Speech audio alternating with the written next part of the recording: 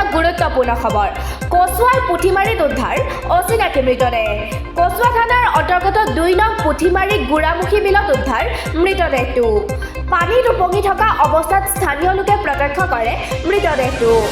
মৃতদেহটোৰ পৰিচয় বৰ্তমানলৈকে জানিব পৰা হোৱা নাই ঘটনাস্থলীত কচুৱা আৰক্ষী উপস্থিত হৈ মৃতদেহ উদ্ধাৰ কৰি মৰণোত্তৰ পৰীক্ষাৰ বাবে নগাঁৱলৈ প্ৰেৰণ কৰে পুনৰবাৰ জনাও যে কচুৱাৰ পুঠিমাৰীত উদ্ধাৰ অচিনাকি মৃতদেহ কচুৱা থানাৰ অন্তৰ্গত 2 নং পুঠিমাৰী গুড়ামুখী বিলত উদ্ধাৰ মৃতদেহটো পানীত উপঙি থকা অৱস্থাত স্থানীয় লোকে প্ৰত্যক্ষ কৰে মৃতদেহটোৰ পৰিচয় বৰ্তমানলৈকে জানিব পৰা হোৱা নাই